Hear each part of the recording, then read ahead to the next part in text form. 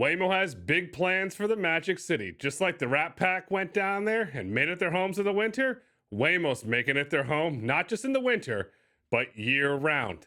The company has big ambitions for Miami, and those ambitions start with the infrastructure. We uncovered one depot by the Miami airport.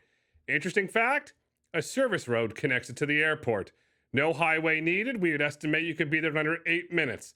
Second depot we uncovered in the Wynwood area over by the design district in the northeast quadrant of the Waymo ODD. What does that tell us? It tells us Waymo has plans for more depots throughout the Miami region. We could expect to find depots in South Coral Gables, Miami Beach, and at some point Miami Gardens, as we fully expect Waymo to scale. Watch what we've uncovered. The first stop on our inspector journey to Miami is Waymo's depot by the Miami International Airport. We're here by the Miami Airport, just stone's throw that way. And not only is the airport here, Waymo has an eclectic neighbor, is what I'll say. You're gonna have to put on your Cousteau hat to figure that one out. But take a look at the depot. You can clearly see from behind me, Waymo's depot is not operational. You can see the cones. They're getting ready to make it operational. Across the street this way towards the airport, which I'll turn around, there is a lot that has a building permit on it. It's not connected to Move US AV, or it's not connected to Waymo LLC. It's a builder. Perhaps that could be an expanded lot. Let's walk across the street and get you a closer look here at the facility for Waymo. As you can see clearly from this video, Waymo has not broken ground on this depot. The refurbishment has not started. The electric has not gone. However, there is a very large parking lot. That was Waymo's soon-to-be under construction depot by the Miami airport. Lots of room to expand. As you'll notice, a big difference between that depot and the current depot operating today, a Florida Power and Light substation. As you can see, we're outside here at the Waymo depot in Miami. We counted roughly 35 chargers next to a substation. Waymo clearly has the ability to scale. As I've said on previous episodes of Autonomy Markets, I believe Waymo is going to run a depot strategy here that is hybrid with multiple depots. This depot is clearly running. However, there is no garage. Everything is run out of pods. It's outdoors, but 35 chargers we counted next to a substation. Looks like the ability to go to 40, 45 chargers, and there is land available next door to scale. Waymo clearly has big ambitions here in Miami. We're here in Miami. We're inspecting Waymo. Second day, first day we found the depot over by the airport in West Miami. Today, we found the operational depot. And we noticed some things that are different as compared to the infamous Santa Monica depot with a beep, beep, beep, beep, beep, beep. Waymo, or what perhaps it was Move AV, FPL LLC, decided to put black so you could not see the vehicles at the eye level, trying to conceal what they were up to. However, the inspector can see past the fence, and what the inspector saw was big. We counted roughly 30 plus chargers. Based on the current facility there, we counted roughly 20 plus vehicles. However, Waymo has the ability to scale. Why do they have the ability to scale? The land immediately adjacent to the left and immediately adjacent to the right is vacant. Then if you go one extra property down, what did we uncover? A warehouse with a garage. And why is that important? Because today, where Waymo's operating in Miami, there is no cover. They're operating out of pods. Remember, perhaps you're getting home from college or you're moving into your first house. We all had a pod experience.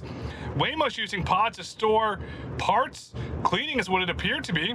We counted roughly half a dozen people there, including one security guard. Sorry, Waymo, he was on his phone not paying attention. I'm sorry. Then, what are you going to do? It's about to pour rain, as you can see here in Miami. Heavy rainfall's coming, so what are you going to do? How are you going to service the vehicles in the rain or when hurricane season comes? So we think there was a very high probability that either Move, an investor perhaps, that leases it to Waymo or to Move, acquires the 3 adjacent parcels, And then we fully believe, in my humble opinion, that Waymo could easily operate 1,000 vehicles out of there. Is the garage, the warehouse, as large as the one that we showed you earlier?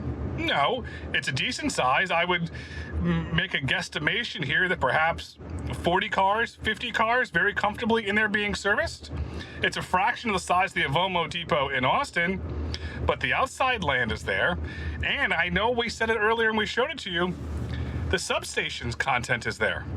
Waymo has the ability to ramp this thing up to the moon. And what did we see? The inspector was here. FPL, Florida Power and Light, was there today at the Waymo depot. And they were micro trenching. What do you do when you micro trench? A lot of things. But there is the possibility that Waymo is getting more electrical conduit to their depot.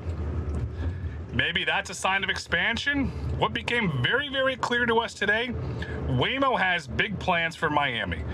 When the first depot comes online, which we would estimate 12 to 16, perhaps 18 months, with this active depot, we are then looking at 1,000 vehicles in this market easily serviced between those two depots.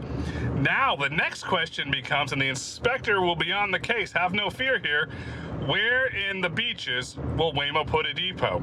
Because as we all know, Miami traffic, it's not very nice, it's hectic, and there is a lot of traffic here. So we do believe either Surfside, North Beach, Middle Beach, South Beach, Waymo's gonna have to put a depot out there.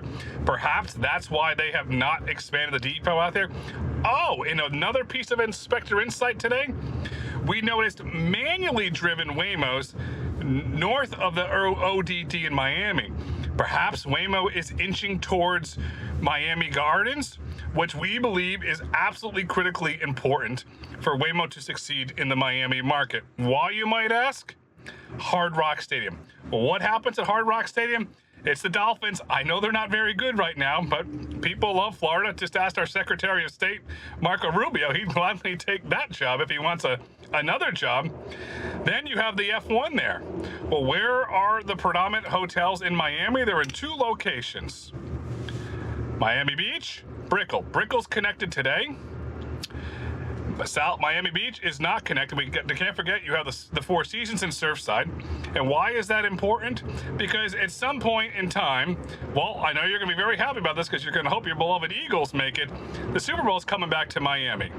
And this weekend, tomorrow, the big game, they've got customized Waymo vehicles taking people to and from the game, from the airport, San Jose, and thank you, SFO Mayor Lori, for allowing this to happen. It's time for this to happen in Miami. We'll summarize it this way. Waymo has extremely big plans in Miami, and the inspector is here live on the ground covering it for you. That was our journey to Miami. As you saw from the video, we uncovered two depots. An operational depot in the Wynwood district and a soon-to-be operational depot by the Miami airport. The inspector will be going around this year, visiting depots, uncovering the true scale of autonomy for you. Be sure to tune into the Road to Autonomy every Tuesday, Autonomy Markets every Saturday, and subscribe to This Week in the Autonomy Economy newsletter every Sunday. Visit roadtoautonomy.com. We have lots of great new exciting content coming for you. And I'll let you in on a sneak peek. We have another new show launching this year. The future is bright. The future is autonomous. The future is Waymo.